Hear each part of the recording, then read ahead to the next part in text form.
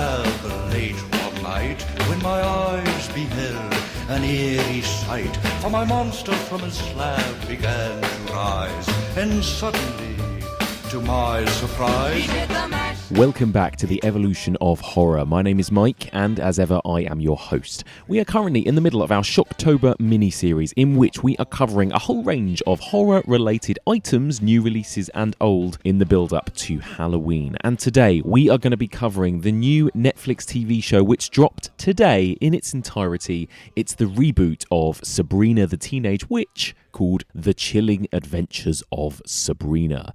So what we're going to do, very similarly to when we covered The Haunting of Hill House a couple of weeks ago, we're going to start off with a very vague spoiler-free section, and then we're going to go into more depth for at least episodes 1 and 2. So you only have had to have watched episodes 1 and 2 to listen to the episode in its entirety, but we will give you a warning before we get into our spoiler section.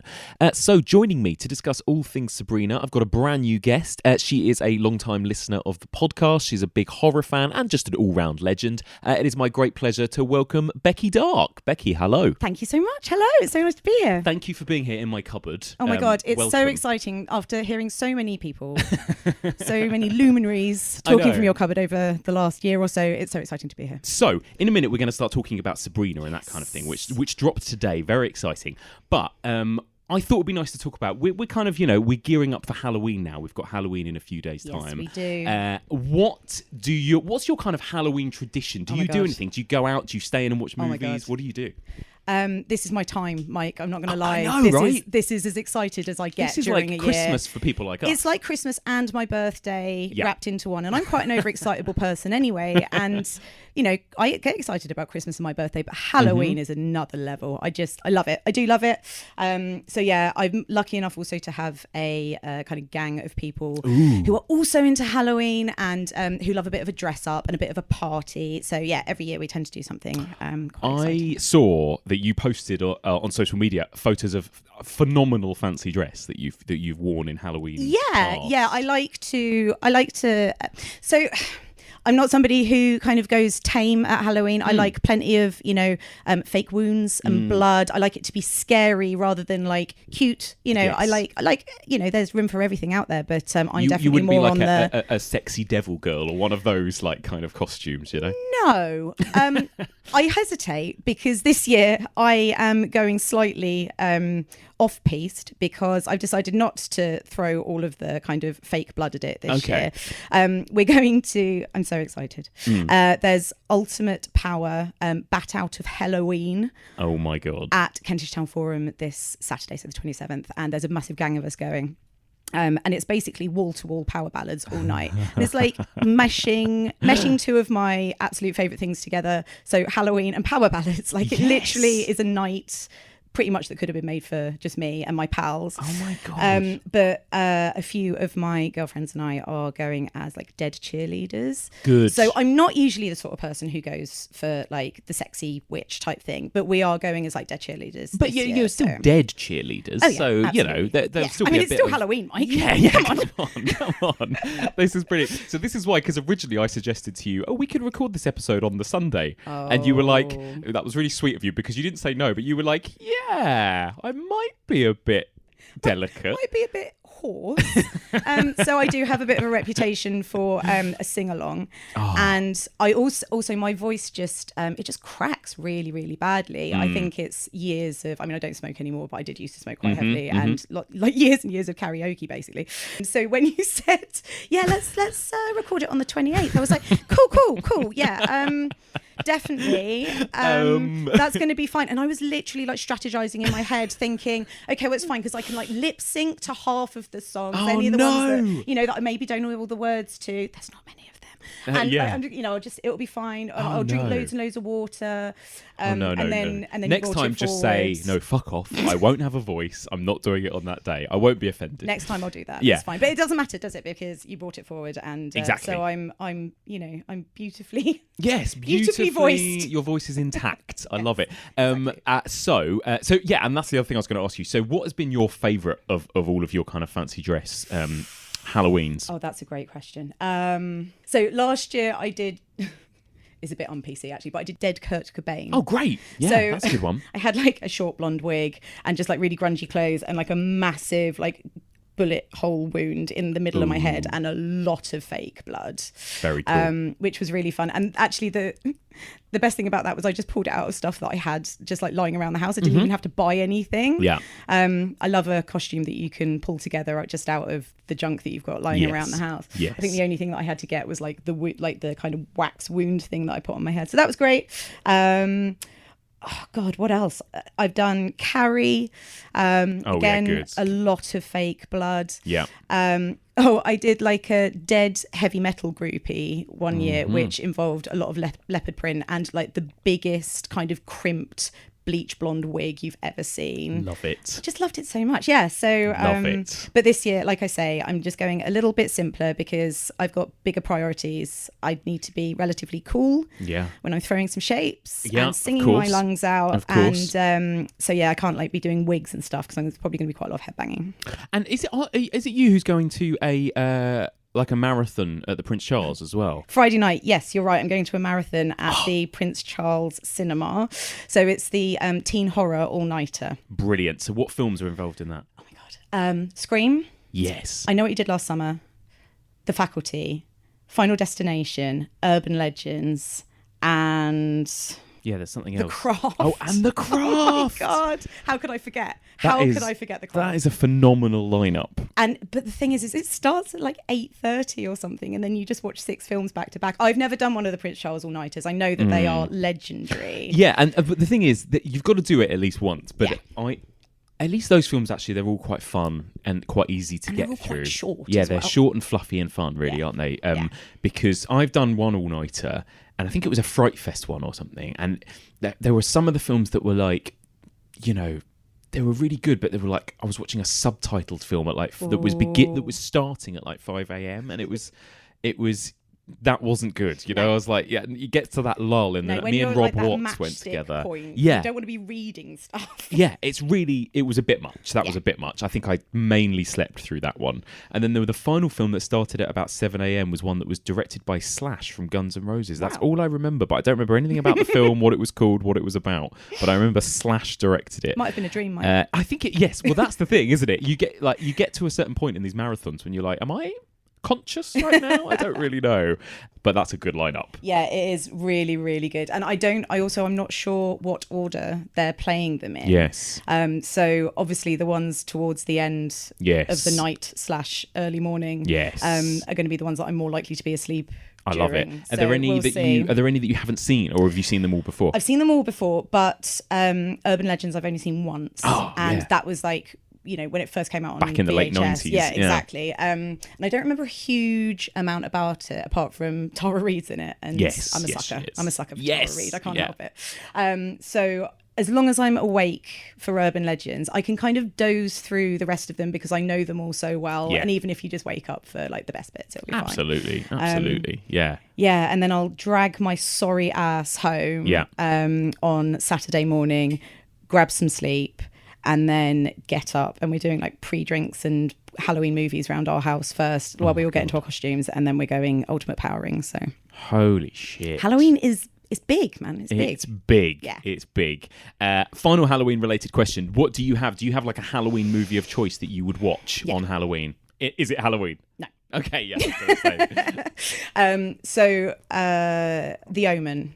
Oh. Every single year without Amazing. fail. Amazing. And Hocus Pocus. And you know, it's nice to have a classic like The Omen, and then it's nice to have one that's a little bit more fun and kind of lighthearted, and you can really like quote your way through Hocus Pocus, and you know, you've got like popcorn and you know, you've got a couple of drinks on the go and stuff, so that's always really good fun. And a lot of other people kind of know it as well, so you can just almost have it on in the background if you're already having drinks or Definitely. but yeah, have to watch that every year. And then that's probably what we're going to have on Saturday. On Halloween, on the actual 31st, which I think is a Wednesday this year. I'll watch The Omen, and then I'm going to try my hardest to get my husband to watch Hereditary with me. Ooh, is he not a horror fan? No. Okay. Yeah. He's a sci-fi fan. Okay. Not so What about much like horror. The Fly and those types of movies then? That's kind of sci-fi. He does. He likes Cronenberg. Yeah, He likes a bit of body horror. Bless him. Hereditary is a bit more psychological horror, isn't it? Yeah, so I got harrowing. really overexcited when it came out on Blu-ray and just bought it immediately. So it arrived on in fact I think I pre-ordered it, so it arrived on the day of release, because I saw it twice at the cinema and just loved it so much. It's easily, hands down, my film of the year. Oh, 100%, yeah. But because it's October, I've sort of challenged myself, I guess, to watch a horror film a day. Ooh, okay. I've been doing quite well, although the last few days I've slightly slacked off because I've been trying to watch loads of Sabrina. Yes. And so Hereditary just kind of sat there because I've been watching loads of stuff that I've had on my list for ages and trying to tick off films that I haven't seen. Yeah. And so, yeah, I think Halloween, the last day of October, if I can convince the hubs, I'll get him to sit down and watch Hereditary with me. Wow, yeah.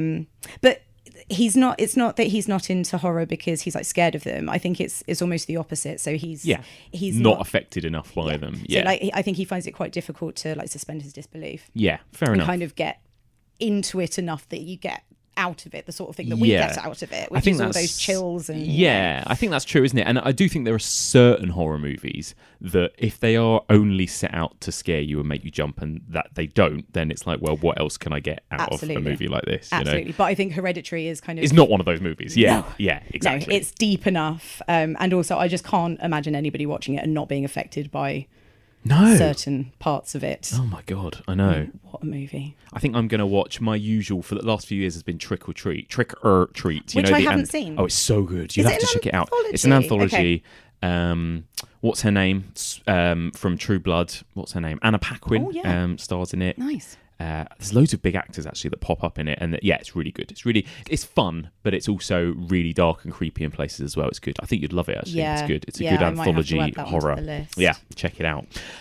Okay, so obviously we're here to talk about Sabrina. We are. So what we're going to do is we'll start by we'll keep it spoiler free to begin with. We'll just sort of share our general thoughts, and then maybe we'll go into at least episodes 1 and 2 because they're the only 2 that I've seen. You've managed to see a few more than me, which is good. I've seen 5. So. Yeah, spoilers. Amazing. Yes. In the town of Greendale, where it always feels like Halloween, there lived a girl who was half witch, absent omen, half mortal, who, on her 16th birthday, would have to choose between 2 worlds, the witch world of her family and the human world of her friends. Happy birthday, sweet 16. And that girl is me.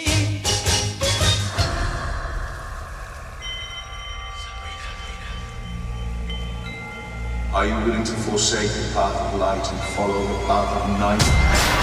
It's very tempting to run. It's very tempting. I can't do this. You must. Okay, so it's essentially a dark coming-of-age story. So you've got Sabrina Spellman. She's 15 years old. She lives in Greendale with her 2 aunts and her cousin.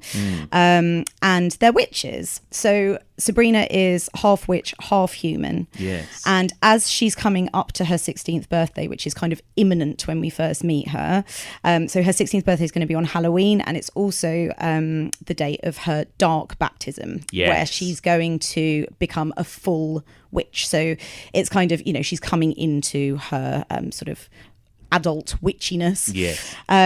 But because she's half human, as well as the kind of witchy side of her life that she lives with her coven and her aunts and her cousin, she also goes to a human school. So she's got human friends and a human boyfriend called Harvey.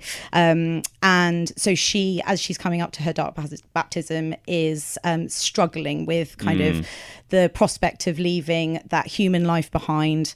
None of them know that she's a witch. And so we're basically kind of following her over the first couple of episodes as she's building up to this dark baptism, and she's really trying to kind of make the choice whether to go through with it. Which world she belongs to, kind of thing. Yeah. The path of the night or the path of the light. Yes, love it. Exactly. So this is the whole thing's dropped on Netflix in one go. So it's like it's another kind of bingey TV show. We've had a lot of these. We had Haunting of Hill House was only about 2 weeks ago as well. So it is like Christmas for us. It basically horror lovers. But I suppose the first thing I want to ask you, because Sabrina, obviously this was I think it started life as a graphic novel. That's right. Didn't it? That's right.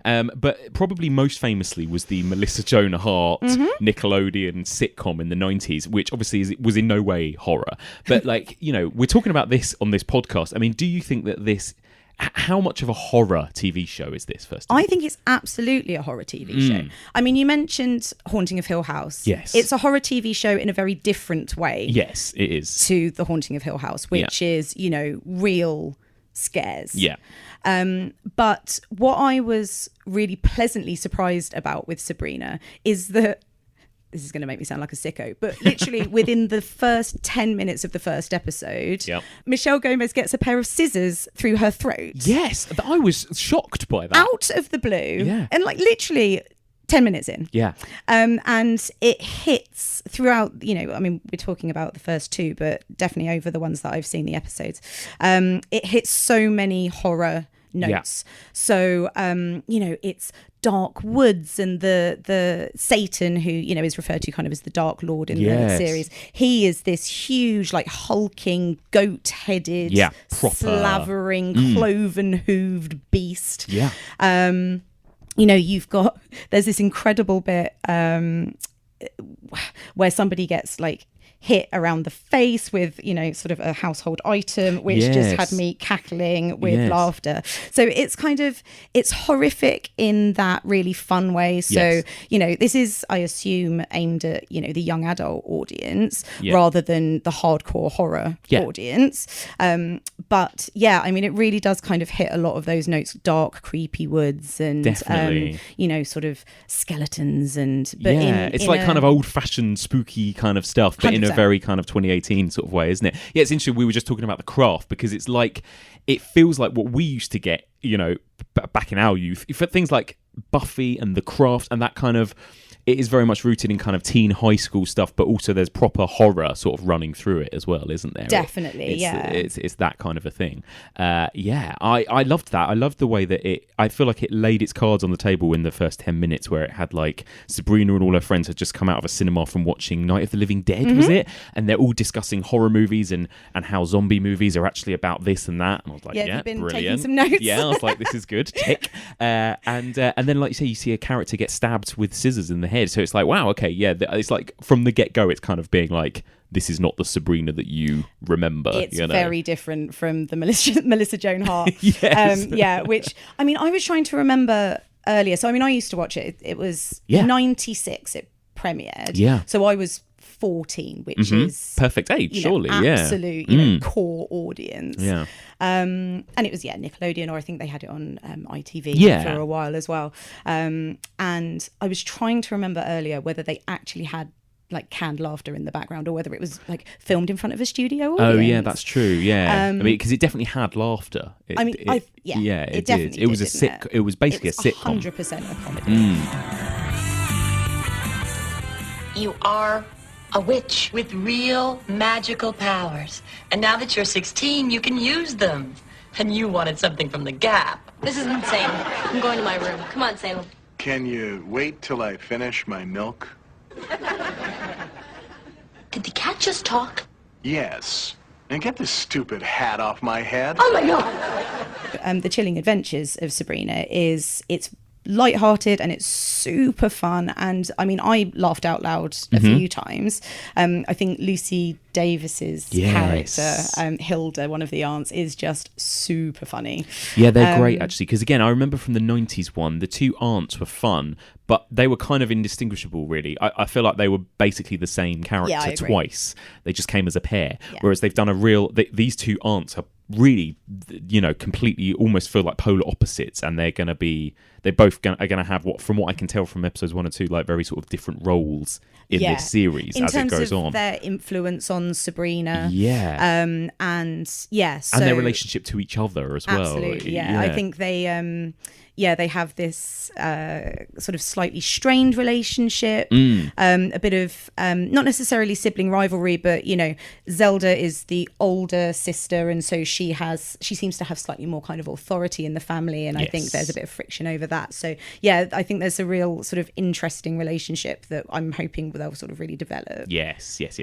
And it feels like as well, it must have, I suppose, like all of the best kind of witch films and TV shows have is this, like, there's this connection. There's always this connection, isn't there, to kind of witchcraft and feminism, essentially. Yeah. And because it reminded me weirdly, and I didn't expect it to remind me of this, but it reminded me of The Witch, like the Witch, in a few that's places. interesting. Only in the way that it's like, if you want to be a woman who also has free will, then you have to choose Satan, basically. But then there seems to be like some problems with that side of it as well in this version, which is really interesting. Yeah, absolutely. I think so that you get the weird sisters who are like the three kind of, so they're already of age, they're already full witches. Yes. They're going to the Academy of Unseen Arts. Yes. And they sort of play this slightly antagonistic role, I guess, in terms of Sabrina's friends, as it were. And there's at one point they make this reference, and they sort of say, you know, well, the Dark Lord never lets any witch have both power and freedom. And she says, you know, but it's so unfair. Like, you know, I don't see why I should have to choose.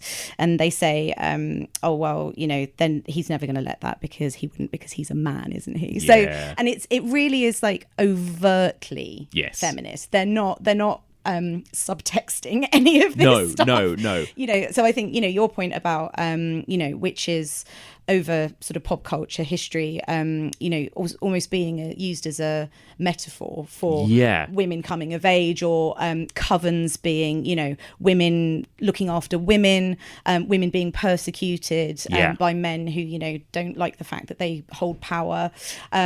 This isn't really doing that. It's not being a subtext. It's being very text. Just text.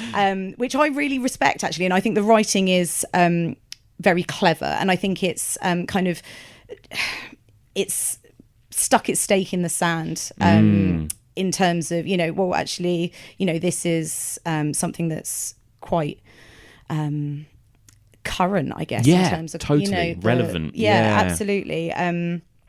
And I mean, I like to think that feminism and women's rights has always been relevant, Mike. But you know, I mean, it's really something that we're having to care about right now. It's a nightmare. Oh my God, it's all over the place. I'm just kind of bored of it. But I like that it is overt, and it seems to, I think for me, it's successfully kind of treading that line between being quite explicit in it, but at the same time, sort of not necessarily ramming it down your throat. No, and that's what like the best kind of horror stuff does. It's not a politics show. No, it's not. It's really interesting, and in a way, like the thing that it reminded me of, I'm sure both of us, is Buffy the Vampire Slayer. And again, there's that massive female empowerment theme running through Buffy as well, and like the kind of subverting the kind of blonde female victim teenage girl character and flipping that on its head. And Sabrina is essentially doing exactly that as well, isn't it? It's almost the same kind of format in a way. Yeah, 100%. I mean, you know, with the weird sisters, when they turn up and start trying to push her about, like, she's just having none of it.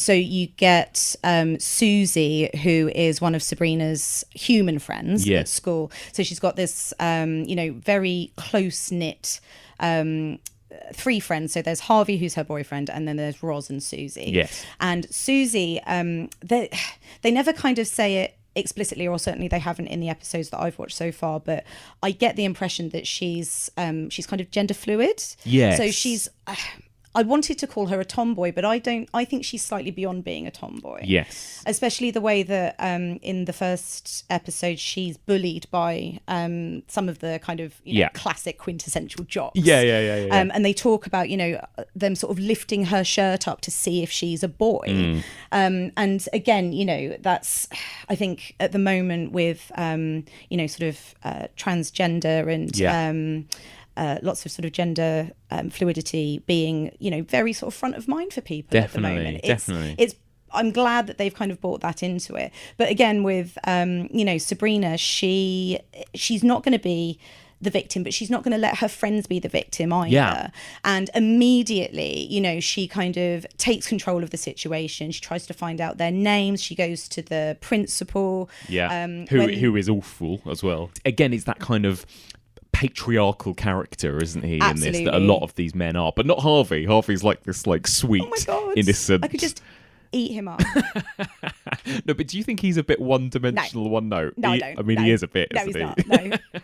Shut up, Mike. I really like him. I mean, when I was 15 years old, yes, I first told a boy that I loved him. Aww. And I'm watching this and I'm just like, oh my God, it's a bit of a nostalgia trip. They are so adorable together. They are. I just can't help it. I'm trying to suspend my natural bitterness and cynicism at the world. And just love Harvey for the little dreamboat that he is. Absolutely. Fair enough. Yeah, it's true. And like you say, fundamentally, this is going to play to a young adult crowd. Absolutely. It's kind of set in the same universe as Riverdale as well. I wonder if at some point there's going to be, you might know more than me about this, like if you've seen more episodes, but if there's going to be some kind of crossover, or if we're going to see nods or characters from Riverdale. I mean, I don't watch Riverdale, so I don't know. No, neither do I. No. I've been very quiet over the last couple of moments because I've got nothing to say about it at all. I have literally no idea. But there have been a couple of rumblings on the interwebs about a crossover. From the creators saying that they want a crossover. And I saw an interview with Kin Shipka, who plays Sabrina. And she was kind of saying, she was like, I have no influence over this whatsoever, so don't take this as, you know, gospel. But she was saying, you know, because the tones of Riverdale and the Chilling Adventures of Sabrina are so different. Yes. That she couldn't see there being like a straight crossover, but she was saying, you know, it might be quite fun if one of the characters from Riverdale sort of strays into Greendale and, you know, Sabrina to the rescue or something like that. So, I mean, I'm sure. I mean, with two IPs like those, I mean, they're not gonna. No, of course they're not, and they're both Archie comic characters, aren't they? And they both kind of there's going to be something, isn't there? But yeah, they are very different. I've watched maybe 1 or 2 episodes of Riverdale, and I hated it actually. But I know a load of people love it. Hate it. Again, it's just not for me. Okay, I think even more so than Sabrina, it plays to a real young adult. Sure. It's much more about the kind of teen drama than it is about any of the other elements. Whereas I like Sabrina from what I've seen of it because it's actually got horror and horror movie references, and it's got all this kind of gothic stuff running through it, which is great. But it's like if you just took the high school side of Sabrina and just that was it. That's what Riverdale is essentially. So nobody gets a pair of scissors through their throat. Not that I saw in the first couple of episodes. Exactly. It's a no from me. No. But you know, I'm sure that's going to be part of its selling point, isn't it? Because Riverdale has been massive with, you know, the youth of today. Yeah. Amazing. Well, maybe we'll get into spoilers then. But generally speaking, you would recommend it then? I'm a fan. You're a fan. I am a fan. So, I mean, as I said, you know, I was a little bit, not nervous, that's the wrong word, but I wasn't sure quite how horror it was going to be. Yes. And I think it's deliciously horrific, actually. There are some real, you know, quite spooky, creepy, gory moments in it. And I know that you've only seen a couple of episodes, but that definitely continues. And in fact, I think escalates. Great. And episode 5, which is I've only seen up to 5. Episode 5 is the most Buffy thing that I have seen since Buffy the Vampire Slayer finished. I'm so excited about this. What could you tell me any more about that? About what you mean by that? So they just set the episode in the house. A demon gets loose, and there's a bit of kind of, you know, skipping between each other's dreams. Okay. You know, Sabrina kind of has to save the rest of the family. It's just watch it, and I think you'll see what I mean. I don't want to say anything more than that, but I was watching it, and I was. You know, when you're so excited about something and you're just kind of like leaning forward and almost like I was just, oh my goodness, it was joyous. And that's why I love doing things like this as well, because there are some things when you do that and you're like, I need to be able to talk about it with somebody else as well. That's the thing, isn't it? It's like you need to be able to discuss it. So, you know, I've got, obviously, I am of an age that most of my girlfriends who have brains and eyes and souls are into Buffy the Vampire Slayer. So, you know, I was on the WhatsApp with them kind of like, guys, when Sabrina comes out on Netflix, you know, you're going to absolutely love it. But I couldn't actually, you know, it's fine me just telling them that it's good, but I couldn't actually discuss it with anybody. Yes. So please watch episode 5 and then we can chat about it. I am excited. I can't wait. Go for a pint or something. Because, what a joy. What a joy. Oh, good. Amazing. Oh, well, I can't wait. All right. Well, let's before we finish, delve into some spoilery stuff as well. If we want to talk about any moments in more detail. I'm not not an evil person. But these are desperate times.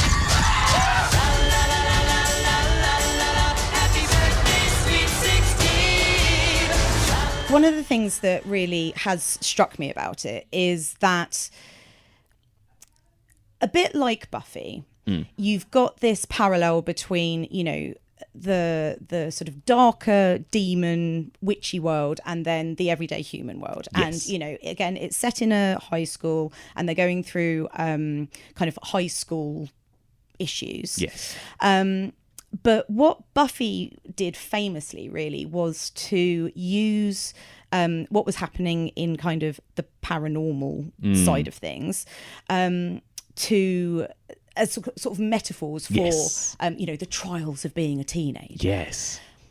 What I find with Sabrina is that it doesn't do that so much. It's more that Sabrina is dealing with everyday issues at school, or her friends are, and she's trying to help them, and she's just kind of a witch in parallel to that, so they're kind of separate. So, you know, again, I guess it's going back to this point that they're not really using witchcraft as a metaphor for feminism or for any of the other kind of trials. It's just very much its own thing. It's kind of, you know, she's a witch, but she's also at school and she's also having these issues, or her friends are. And so I like that.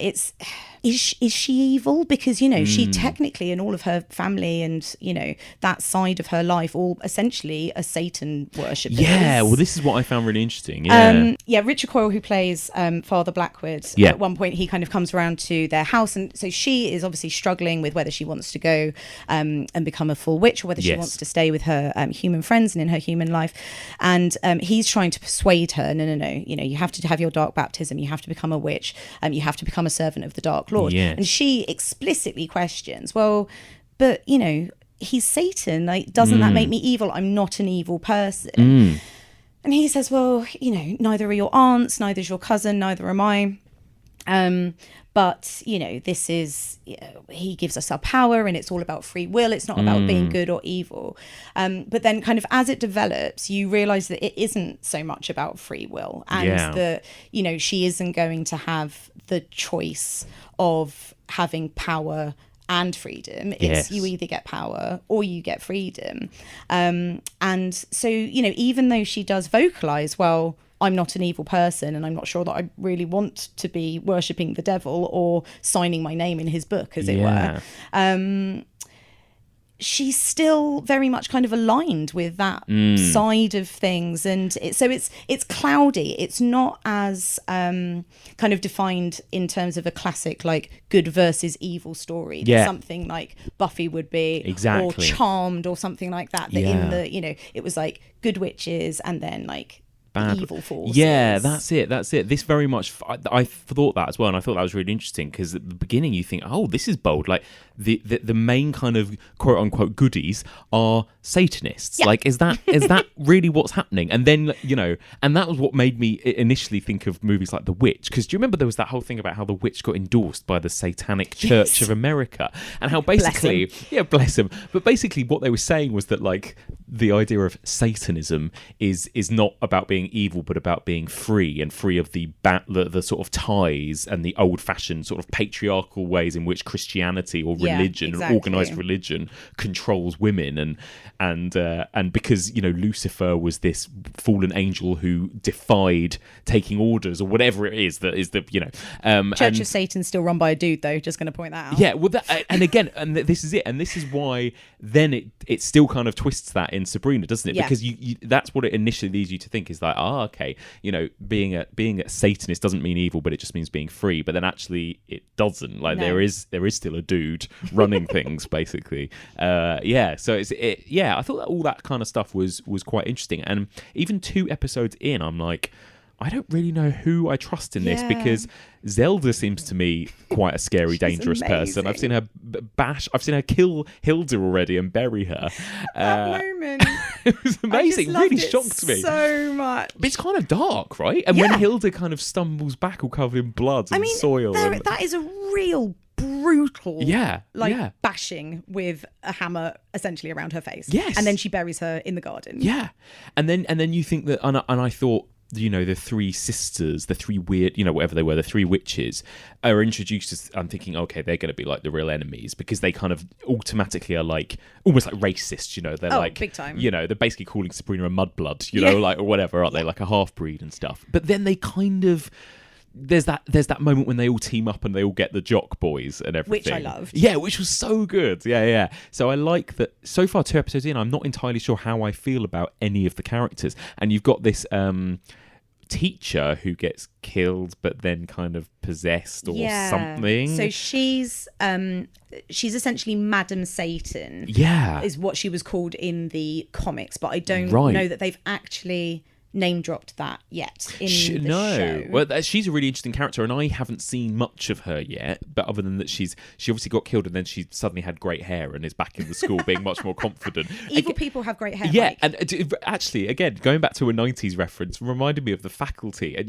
when the teachers get turned and they suddenly look all like sexy cool and prune, sexy, that's kind of what it feels like has happened to her. Absolutely. But again, I'm not quite sure, and you're going to know more than me on this, but I'm just not quite sure whether she's on Sabrina's side or if she's there to foil her in some way. Because her mission is essentially to get Sabrina to her dark baptism. Yes, okay. So all of this kind of umming and ahhing from Sabrina, it's very much Madam Satan, or Miss Wardwell is the teacher that she's kind of pretending to be. Yes.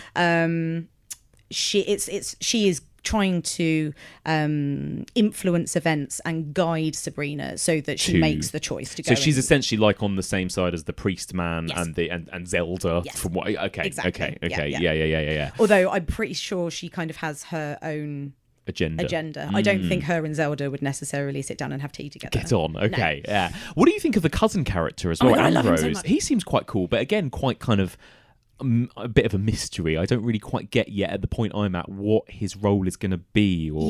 So it's quite nice because he acts as a bit of a confidant for Sabrina. So he's there to advise her when she is being quite indecisive and quite kind of torn between whether she wants to go ahead with being a full witch. He helps her out by telling her about the malum malice, for example, that apple that she can go and bite for kind of a bit of a precog moment. And he's also there for a bit of banter as well, which I like. Well, he kind of seems a little bit like what Salem the Cat was in the sitcom almost. Should we talk about Salem the Cat? Can we talk about Salem the Cat? Because this is the thing I was most excited. And actually, the first thing Rihanna said to me when I said I'd watched the first 2 episodes, she was like, "Is Salem the Cat in it?" And it's like the first thing we discussed as well with each other as well. Yeah, is there a sassy cat? So far, again, I don't know whether you know more than me about this. No, okay. There's no sass. There's no sass. It's just a cat. I mean, obviously, it's still a cat that can in some way communicate with her, but not literally communicate with her. So she goes to the woods. She decides... This is amazing. So she decides that she doesn't want to pick a familiar out of the catalogue, which I liked, because Zelda's like, "Oh, there's a lovely hedgehog." Yeah. And Sabrina, being her own witch, decides, no, I want to have a partner rather than, a servant. I'm going to put the word out and see if anybody... She basically goes out and does like a magical kind of want-at. Yes. And so she goes out into the woods, she casts this spell, and then this goblin essentially kind of sneaks into her room. And at that point, there's a bit of chat. Yes. But then as soon as he turns into the cat, no chat. No sass. I wonder if we are still going to see some chat or sass by the end. I wonder if it will be like a season finale thing or something. I've just got a fit. They've got to give us that at some point, haven't they? Be amazing. Be like Maggie's first word from The Simpsons. Exactly. But yeah, maybe also it's part of this. We are in no way giving you what you knew about the original Sabrina. It's like the Sabrina. I do think people would be disappointed though. Yeah, I do. Yeah, because I was disappointed. I'm still waiting. I still think it'll happen at some point. I hope you're right. I think it'll get to a life and death moment, and the cat will talk or say something to her. I guarantee it. That would be awesome. It'll happen. But yeah, Ambrose, the cousin. So he's sort of there as a bit of an advisor. So he is trapped in the house. He's under house arrest. He's been there for 75 years. Yes. So they don't really age either, these witches, do they? Or they age slowly or something. and he's under house arrest for burning down the Vatican. Good. Naughty boy. Yeah.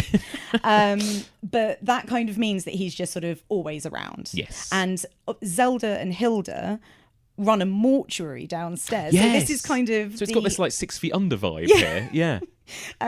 So that's kind of, that's like their sort of job. Yes, I that's guess. their day job. Yeah. And he works for the mortuary. So he does like the makeup job.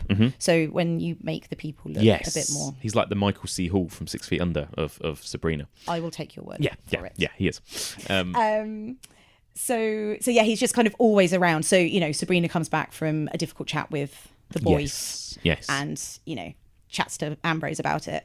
Or when she gets back and she decides that she wants to cast a spell on the headmaster, the dickhead headmaster. Yes. Because he's being a dickhead. Yes. So she decides that she's going to cast the spell to terrify him out of being at school the next day so that she can get her club through, which I think is adorable. Brilliant. School clubs. Yeah, absolutely horrific spider moment. Oh my goodness. Again, see, horror. Good, proper horror. That's a real moment. Yeah. And then, so he doesn't go to school the next day so that her and her girls can get the club through, which I love that they call Wicca. Yes, and again, it's kind of that different side of witchcraft, isn't it? Obviously, it's just more of a sort of female empowerment type group, isn't it? Yeah, I think so. Teenage witches are a thing. Yeah. Right. So you've got the craft. Yep. Obviously Willow. Yes. And Tara. Again, there's that Wicca group in Buffy that. Be still my beating heart. What, Willow and Tara? I know. Mate. I know. And that's 2 examples of the craft and Buffy, but there are so many. Yeah. Examples of teenage witches, and I think over the years, as we've kind of already said, it is used as this metaphor of women, of girls becoming women, becoming sort of finding their power, finding their individuality. But I think one of the things that is most attractive to young girls, teenage girls, about the idea of witches is this idea of a coven. So especially, if you think about the craft, you have the 3 witches and then Sarah arrives. Yes. And they're excited because she's like the 4th part of this group that they need. Completes their circle. It completes kind their of thing. circle so that they can, create more powerful magic together. Yeah. And I think that, that is something that's just really attractive to young girls who may feel a bit isolated or vulnerable, picked upon, if this idea of kind of a coven of girls or a club of girls. I think at some point in the episode, they even say, this is going to be women protecting women. Yeah. I think it's just really attractive, and you've already got, I guess, the boys in Sabrina. They've got their kind of their jock football team. That's it. It's like another a way of having a high school clique, I suppose, isn't it? Exactly, but with this much more kind of wholesome and empowering vibe. Yeah, it's great. So what do you think of the main actor then in this? We haven't really talked about it yet. So Kiernan Shipka, who plays Sabrina Spellman, what do you think of her performance in this? I'm a fan. I like her. The only other thing that I've seen her in is Mad Men. So she sort of picked up a bit of a reputation as being like this sassy little madam, essentially. Right. And her performance was always great. And apparently the actress was the first choice for Sabrina, which is really great, actually, because it means that she's obviously already at such a young age sort of made a bit of a reputation for herself. It's amazing. As a talent. I mean, it's interesting because I still haven't really seen yet her be a witch. Like, I've not, apart from that thing where she picks the apple, I've not actually seen her cast a spell or do magic or anything yet. And it feels like already it's rooted in something a little bit more earthy than, for instance, the 90s sitcom where she'd point her finger and something would appear, or the magic mirror would talk to her or whatever. And it's obviously not. Oh my god, I forgot about the magic mirror. Yeah, do you remember the mirror would show her different outfits that she'd be able to wear? That was great. It was like Mr. Ben. Yes, yes, it was. Yeah, that's right. So at the end of the credits, she'd have like a delightful little pun that would like match the the outfit. Yeah, very exactly. cute. Classic. And she'd be able to conjure, there'd always be cameos and she'd be able to conjure, Britney Spears or the Backstreet Boys or some 90s pop group that would appear in her bedroom and sing for through the closing credits or something. Brilliant. But yeah, it doesn't feel like I've not seen her yet actually do anything witchy or magic. No, and I guess what she does is they'll cast a spell and you don't see an immediate effect. Yes. What then happens is it tends to be like the next scene or a couple of scenes later, you see the effects of the spell. So if you think about when her and Ambrose cast the spell for the spiders, you get them doing their nice little rhyme. Oh, that's right. Yeah. Nice little rhyme. Nice little rhyme. Yeah. Very powerful spell. Sweet little rhyme. Bless him. And then, I guess, then it sort of flashes to the headmaster in his living room with all the creepy spiders. It's more like the craft kind of magic, isn't it? Where it's like a chant and a thing and a ritual, as opposed to a bewitched or a Sabrina kind of wiggle your nose or point your finger kind of thing. Yeah. But I did like the bit when she goes into the woods and she's summoning the weird sisters, and she's got that kind of it's like a 3-pronged twig type thing. She's like winding the string round That's it. right. Yes. Blair Witch as fuck. Very Loved Blair Witch. it. Very Blair Witch. Bit of folk horror there. Yeah. Definitely. Yeah. I loved it. Got to have the creepy twigs. Yes. Would you like to do the honors? With pleasure. Rise.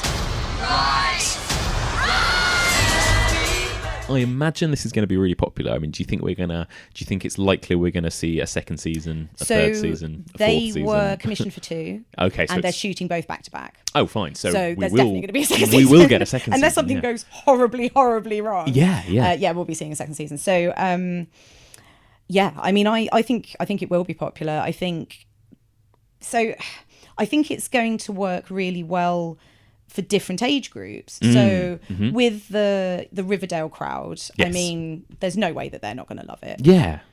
Then I think you're going to have new people potentially coming in, but still of that age group who are just in for the kind of slightly spookier side of things. Like maybe Riverdale's a bit clean cut for them. Yes. Maybe the goths.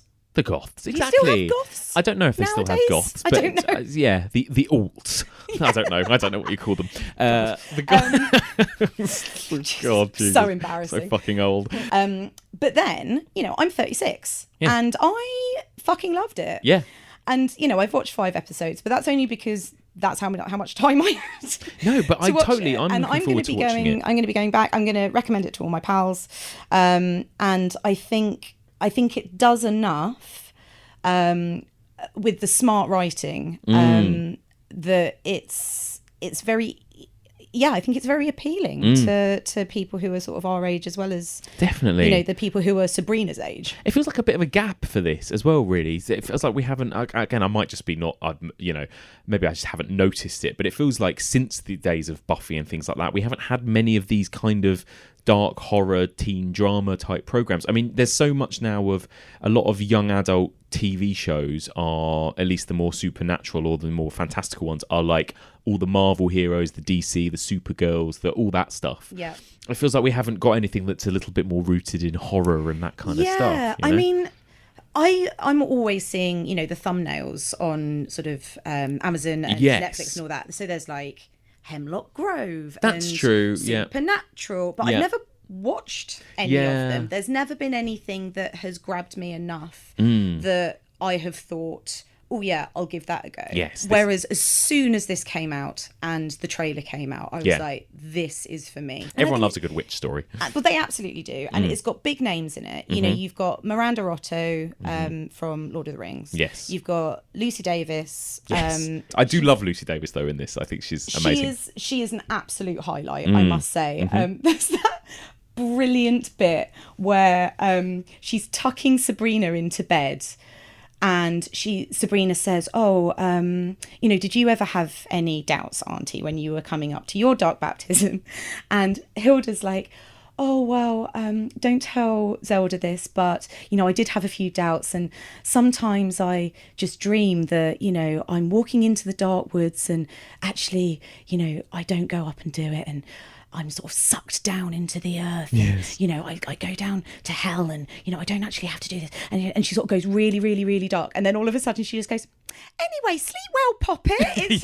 It's so good. There are just so many lovely little comedy beats like that that she is just perfect person for. Definitely, because when I first heard she was casting this, I was like, oh, weird. Are they going to make her American, or is she going to be... she's English. So, I'm not sure how even that works with her and Zelda being... I mean, maybe it's a witch thing. I don't know. It's a witch thing, Who clearly. Maybe she went to Hogwarts. Yes, exactly. The other thing, just to mention, that I like is the kind of like the retro feel of it. So... Very trendy right now as well, I think. It's very trendy. Yeah. But it's quite... So they don't specify really like a specific time period that it's set in. No. So they're playing Night of the Living Dead. Yes. At the cinema, but I think you get the impression that that's like an old, like a retro thing, a retro night. Yes. Then they do the same thing in a couple of episodes' time with The Fly, and then you get the nice thing afterwards with them, sort of in the coffee shop afterwards, or like chatting about it, which is really nice. You've got Sabrina's wardrobe is very kind of 60s, and actually the comic book, the graphic novel, The Chilling Adventures of Sabrina, is specifically set in the 60s. Specifically, right. And I feel like they've done a really nice job of pulling in some of the stylistic side of the sort of 60s and beyond. So it's not people walking around with their smartphones. No, you're so right. I'm trying to think. Do you see anyone with a smartphone? No, I haven't yet. Yeah. Not that I can remember. But it's not. It's obviously. Well, is it obviously? When's Riverdale set? Do we know? Well, I think it's the same thing. So they kind of, I think it's a bit more, I think they do have phones and stuff, but it does have this kind of retro, almost 1950s feel to it as well. Like, again, they deliberately are making it a bit kind of timeless and weird, and in that kind of It Follows way, what's very trendy right now. It's that kind of, kind of partly some like real nostalgic stuff, partly some very modern stuff. It's definitely got that vibe. So I guess Sabrina is the same. Yeah. And I like that. I mean, for me, that really works. And sort of stylistically, it's very cool. It's really cool. And I'm impressed by the soundtrack, because I keep thinking, God, they've got a lot of money to like rap. They've got a lot of big like pop songs, and it's like full of, it's full bangers. Of big bangers, isn't it? The Monster Mash for one. Yes. I mean, I love that party scene. Yeah, great. It was great. So good. And actually, one of the things I really loved about that is Roz, one of the friends, when Sabrina turns up, because she's not supposed to go to the party. She's been telling her friends for weeks and weeks and weeks that she can't do anything for her 16th birthday. Yes. She's got this like family thing with her aunties. Roz is throwing this Halloween party, and then she turns up at the party, and Roz's reaction is just the most adorable thing. She just couldn't be happier to see her. She just couldn't be happier to see her little pal. And I was sort of watching, I was like, oh my God, that's how I react when somebody turns up unexpectedly to a party. Exactly. And it just, I think the chemistry between the characters is really good. My name is Sabrina Spellman, and I will not sign it away. Amazing. Well, thank you very much for joining me for this. Thank you so much for having me. No, it's been brilliant. So, I have to ask everyone this. What's your favourite horror movie? It's The Omen. Oh, it's The Omen. It is. Okay, amazing. Oh, love it. I've never had anyone say The Omen yet. What is it about The Omen? And you've never covered it, so I'm can't wait throwing my name into the hat for that bad boy whenever he comes up. 100%. Yeah, you're in. Yes. Oh my God, why do I love it? So I watched it. It was probably one of the first horror films that I saw. My dad turned me on to it. And he sold it to me. He probably won't remember this. He sold it to me basically around the decapitation scene. Yes. So, and I was really young. Thanks, Dad. Yeah, so he was like, "Oh, there's this amazing scene that they show it from like loads of different angles." Yes. So, I mean, it is an amazing scene. And I was like, "Oh yeah, it sounds really good." So we watched it. But I think another one of the reasons, and this is like a weird link, but loads of it was filmed around where I grew up. So the scene where they're meant to be going to the wedding, and they drive up in the car. So you've got Gregory Peck and Lee Remick, I want to say, and you've got Damien in the back of the car, and they drive up to the cathedral, and he starts going apeshit in the back of the car because they're like on sacred ground or whatever. So that's Guildford Cathedral, which was a huge looming presence during my childhood. Used to make you cry. Yeah, not through any religious thing, but like when I used to go shopping in Guildford, like it's just there. And then there's the bit right towards the end when Gregory Peck is taking Damien to the place where he's going to like do the weird crucifixion with the special knives. The police are chasing them in the car, and you hear over the police radio, it says, they're heading south along Seven Hills Road. Seven Hills Road is in Weybridge in Surrey, which is basically the road that you drive down to get to my nan's house. So again, I used to be along there all the time, and I used to play this game in the back of the car where I would try and count to see if because it is like this hilly road, and I used to try and count if there were 7, and sometimes I'd get 6 and sometimes I'd get 8. But it's so weird that it just crops up in this like 1976 horror film. Damien is the quintessential creepy kid. He absolutely is. Yeah, son of the devil. Yeah. And he's got that weird sort of pale, creepy stare. Incredible music, wonderful deaths, like when the nanny throws herself out the window and like hangs herself, that amazing bit where the lightning rod comes off down the back from the top of the church and just skewers that guy. Amazing. The amazing beheading scene, obviously. Yes, it's like kind of Final Destination-esque deaths, aren't they? It really felt like it influenced Final Destination. So true. I'd never really thought of that. Yeah, really brilliant, like death set pieces, basically. And just I think so. I'm my preference when it comes to horror tends to be much more around the supernatural side of things. So I really love a ghost film, and I really love like the occult, and so like witches. Those are the ones that really appeal to me. And I think one of the reasons, and this is quite apparent in The Omen, is this idea of there being this power that you're just not aware of, and it sort of doing all these behind the scenes machinations that you've got no power over, and life, you know, the events in your life are just in somebody else's hands. And to me, being a total control freak is like the most horrifying, terrifying. Yeah, the ultimate nightmare, exactly. So yeah, I mean, absolutely. So that's why it's one of my excellent choice. Annual Halloween films. I mean, just what a classic. It is an absolute classic. I can't wait to talk about some of those movies, actually. Yeah, very exciting. And what about your scariest? What's the movie that scared you the most in your life? Blair Witch Project. Did you see it when it was like part of the kind of during the hype, during the initial release? Guildford Odeon. Yeah. Dad took me. Linking everything to Guildford. Yeah, I know. It's a spooky place. Yeah, I know. So yeah, my dad took me to Guildford Odeon when I was 17. No, can't have been. Yeah, no, I think 17. And watched it, loved it. Terrified me. Yes. I think it was just unlike anything I'd ever seen before. It was an absolute game changer as far as I was concerned. Yeah, and it is. And then it came out on VHS. I immediately bought the VHS. And then the tape sat unopened on my shelves for about 5 years. Amazing. And then I took it down the charity shop because I was too terrified to re-watch it. And then when you covered it with Rosie on the podcast a couple of months ago, I was like, right, this is it. Come on. This is my time. This is my time. I've got to do it. And so I ordered the Blu-ray and I sat down and I rewatched it. And it had just lost none of its power. No. Absolutely shat myself again. Yes.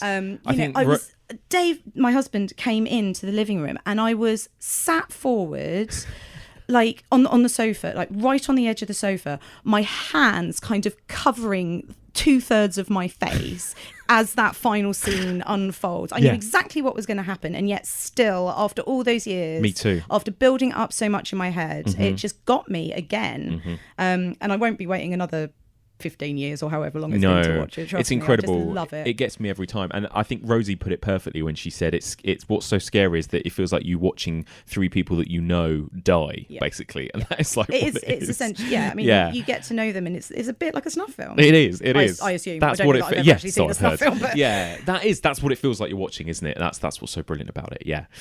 Amazing choices. Thanks. Thank you very much for joining Mike, me. what a pleasure. Thank you. What a pleasure. Happy Halloween. Yeah, cheers, mate. You too.